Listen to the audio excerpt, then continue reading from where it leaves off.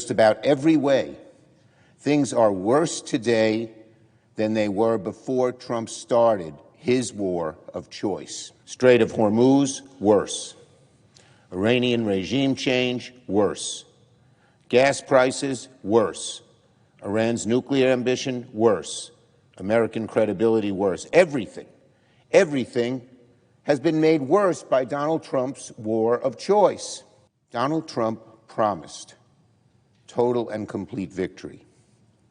Instead, he delivered total and complete chaos.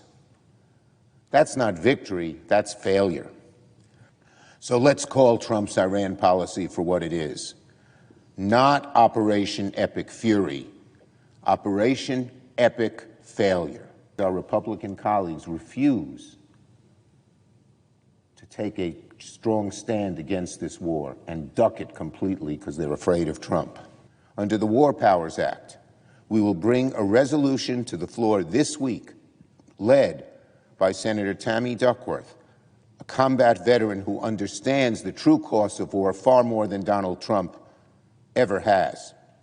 And we will not stop there. If Republicans block it, we will vote again and again and again, every single week, until Operation Epic Failure ends or Congress does its job and authorizes it, which I know it won't, given how bad this war is. The only thing Republicans are trying to save with this legislation is their own skin in the next election. Perhaps it's unsurprising that an administration and a party that is so out of touch with the American electorate and so fearful of a November washout would go to such great lengths to rig the rules in their favor.